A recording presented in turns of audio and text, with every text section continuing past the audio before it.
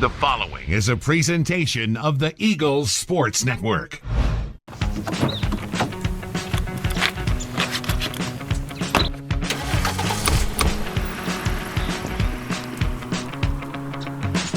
Hello and welcome to a very special edition of Coaches in Cars Getting Coffee. For the last 4 years, I've heard nothing but complaints that we only do these things with football coaches. And this is just proof that sometimes the squeaky wheel does get the grease. So I'm Adam Cavalier, joined by head baseball coach Tom Griffin. Why are we talking to Tom Griffin in August? Because he wants to be in the car and getting coffee. And I love how uncomfortable I'm making you right now. Well, Coach Peterson right here, Yeah. He's getting his steps in. Listen, all I said was there's a lot of coaches on this in this athletic department that I think need to be interviewed like you do with football. It's a cool thing, Yeah. but you limit it to football. It's like, Sure. well, you know, we have volleyball coming up. We have men and women's soccer coming up. I don't see them Get in the going car. in these rides. And I also mentioned the fact I'm watching them, and you don't watch the road. You're very, I don't think you're a great driver. And I was just making comments like that. So Yeah. now here's where we Yeah, are, so- but you still haven't interviewed Kat or Simon or Lion, so Well, hopefully they'll get that opportunity. I'd happily interview Duffy. I'd happily interview Lyons. I'd happily interview Kat. I don't know if I'd use that adjective to describe our current situation right now. Right. Happy, I don't know, is the right Yeah. adjective to appropriately encapsulate my feelings toward you. Right on. Miffed, nonplussed. Do you know what those words are? No. Yeah, that's what I thought. So here we are. We're going to go get our coffee, and I don't drink it. But let's go. So, yeah, just to torture you. Let's just go. to torture you. You are one of my favorite coaches because of the way that you represent your program, yourself, That's kind. everything, and that comes with no cost. That's genuine. As much as I do enjoy giving you grief, I do have a deep appreciation and admiration for the way that you run your program. How did that come about? Wow. How did you? You've been in the game for a minute. Yeah. I have. That's a polite way of calling you old. Right on. Yeah. When did?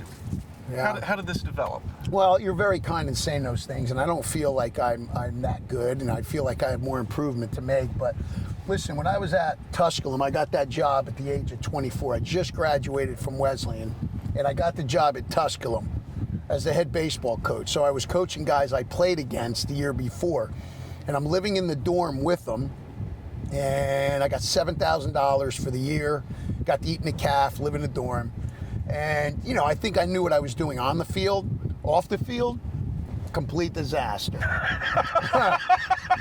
Professionally and personally, just a lot of poor decisions, you know, and yeah, it needed to grow up. So you're on that job for a while, you get fired, rightfully so, because of some of those decisions you make. And now you're wandering around finding out, what are you going to do now? And thankfully, Gary Rundles took me on as a volunteer because I didn't have a job. And I'm like, Coach Rundles, I'd love to work for you. He took me on, and I've said it before, being around Gary and Joey Seaver and Ken Sparks and Vicky and Eddie Carter. I mean, think about this. That was a different world for me because I got to see firsthand and hear where faith played a part in this now. It isn't the X's and O's, right? That's part of it, but it was about the relationships and helping build these young men. I always thought, you know, baseball does that anyway. The sports they play already put in life's disciplines and life's hardships and successes. It's already built in. But there was another area I was missing, and that was the faith part. First of all, I realized I needed it because of my decision making. But then I realized the effect it has on the players, and I saw that firsthand in football, basketball, softball, and baseball. And that's really what changed. And by the way, that was a long time ago. It's still evolving. I'm still not where I need to be or want to be, but still evolving with it. So That I've told people, like, that changed my life coming to Carson-Newman. I don't know where I'd have been. I really don't. Do you have a feeling of caretaking obligation? Oh, that's a good way to put it. Absolutely. With those people, yeah. Yeah, the foundation that they set and the type of people they were and the people you're around right now. You know, I think that's important. We have a strong alumni that know what this program and school means and what faith played a part in that. And yeah, I think that's very important to make sure that that's at the forefront. And I'm ordering for you. You're gonna drink what don't give me that drink. What's the name? God, it was. Just give me a black coffee. No, you're not getting a black coffee. Oh yeah. We would like 2 large Pink Lotus drinks, please. Yeah. That's not like pink. That's good. I like it. Yeah. Is it a coffee or No. it's just a drink? Just a drink. You said you don't drink coffee. Right on. We'll take care of you. Right. Now, being a big Prince fan, Purple Rain sounds interesting. Raspberry lemonade seltzer water. Thank you. Now, does this come out of your pocket or your budget? This is my treat for you. There you go. Thank you. Beautiful.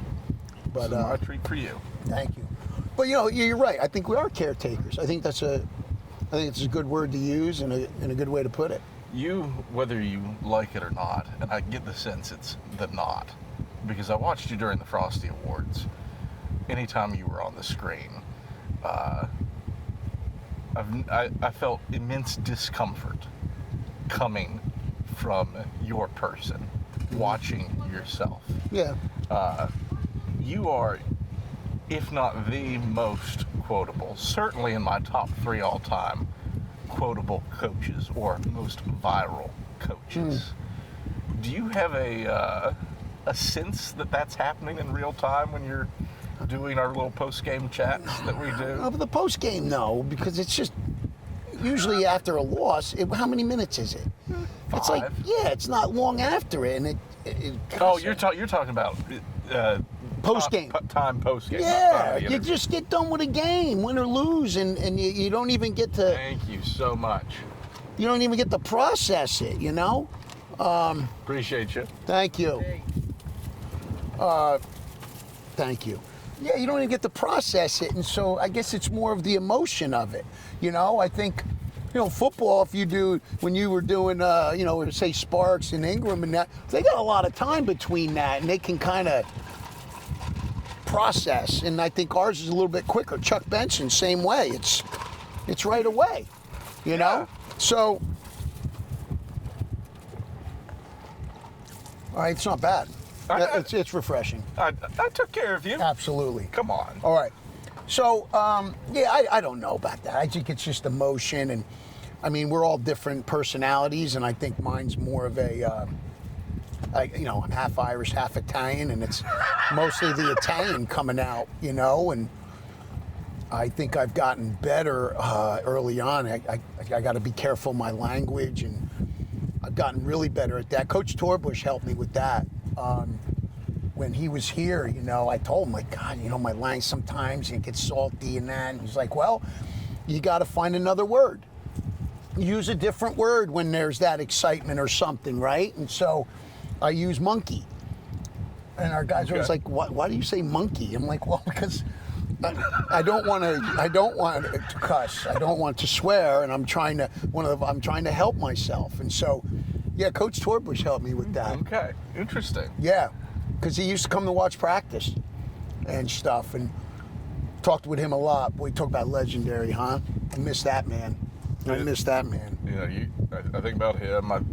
There's been some pretty noteworthy baseball. Oh, how awesome, though, seriously. I mean, you think about the history of this university and the athletic department, some of the legendary people that have come through it. John Gruden, on his little thing, even mentioned Carl Torbush. He gets these boxes of stuff, and he had mentioned, you know, Coach Carl Torbush. He was talking about ETSU and that, and Coach Sparks, Eddie Carter, the list goes on, of just really good people. And that's the thing, man. They won games, but, well, just solid character people you could learn from, right? Real too. Yeah. I think that's the thing that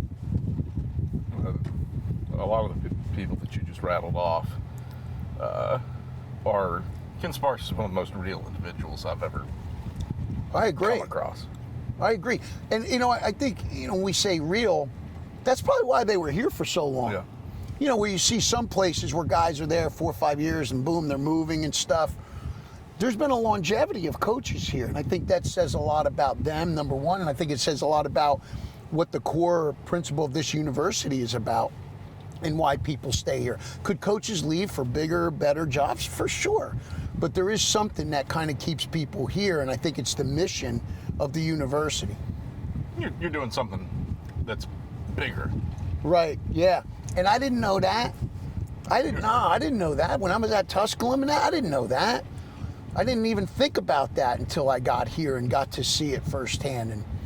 And that's what we're trying to do with our players. And that's what all our coaches are doing. I think they do a great job of talking about the message and where their faith is and how we want everyone to play a part in each student that's here in growing their faith or planting seeds. Because as we know, not every student athlete that comes in here is a believer. But we are planting some seeds. And it's not just the athletic coaches doing it, it's the faculty, it's the staff, it's the administrator. Everybody plays a part when you come on this campus. Are you pleased with my my road watching? You feel good about it now that you're in the car with me? I'm not paying that much attention to it because of the conversation, but do you feel safe? I do, actually. I think that the fact the speed limit is 25 helps a lot, but it's good, but yeah. So I do want you to get Cat, and I want those other ones. Okay, sure. You're advocating for it. I'm advocating for them because I think it's a great idea for people to get to know our coaches a little bit different than what they see on post-game conferences. Well, I think it's one thing that I'll always take your advice with regards to catching. I mean, you're an expert. Not communication. But anything with communications, I agree. You can't even pronounce your own players' names right. on. That's true. That's a good point. You are an expert at this, so I agree. That's good. So, but I do enjoy them. I think it's a really cool thing, and getting to know these coaches and being able to do it in this fashion, I think is a great idea. Obviously, we have a decent amount of. We've known each other for. Yeah. It makes me want to vomit just speaking the time period, but 14 years. I know. That we've known one another. So there is anytime I'm smacking at you, mm-hmm. It is from unquestionably a place of love for those of you that. Absolutely. Why are they going at it like this? Right. And it's because of admiration. I agree. It is love and admiration. Yeah. I want to talk about as we make our way back to the Silver Diamond Baseball Complex, and you've only had 2 sips of that. I think you need to. I have. It's actually good. You did it well there. It was a good job. I think you need to be a little bit more aggressive in your consumption of the pink drink. I want to talk catching. You are nationally known, whether you like it or not.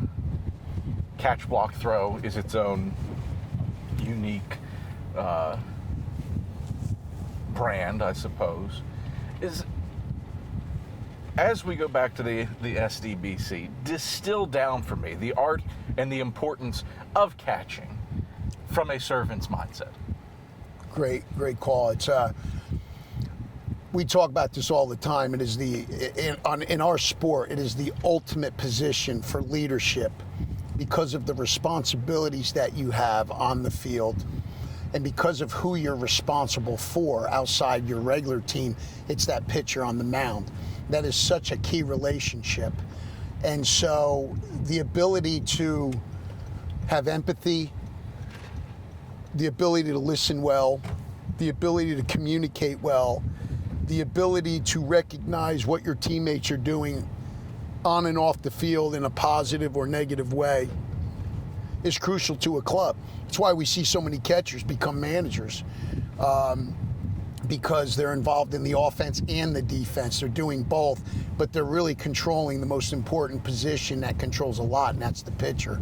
So we spend a lot of time talking about leadership and looking at different ways to be an effective leader.